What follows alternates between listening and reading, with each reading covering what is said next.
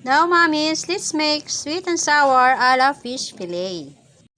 Alisin ang tinik ng isda at ihiwain ng medyo pahaba. Let's go!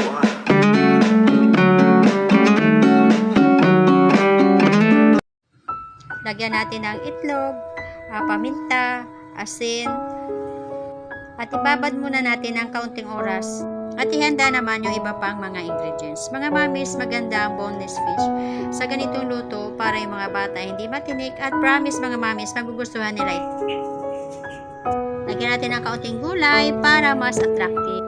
At pag nagprito po ay lalagyan natin ng kaunting harina, sausaw natin para hindi po siya magtitilapsikan, hindi po madumi ang palibot ng inyong lutuan.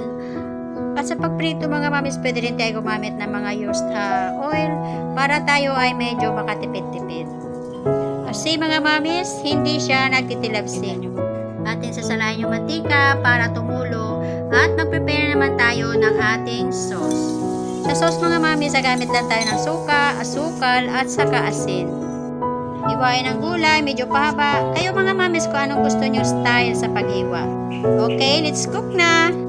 So, simple lang mga mami, syempre, igigisa natin. At ibubuhos na natin dito yung tinimplahan nating sweet and sour sauce. Pag kumulo, ilalagay na natin yung mga gulay. At mga mamis, lalagyan po natin siya ng kunting harina, banawin sa tubig, para maging masarap at maging malapot-lapot yung sabaw. Tansyahin nyo na lang mamis kung anong karami ang harina. Kasi mayroong iba gusto malapot, yung iba naman gusto malabnaw. Medyo half cook lang po ang pagluto ng gulay at ilalagay na po natin siya dito sa ating fish fillet. Hope you like my videos for today. Thank you po for watching. Ang pipiliin, panalo ka na mati, pwede mo pa kong alipin. Ikaw lamang ang laging nasa panaginip ko.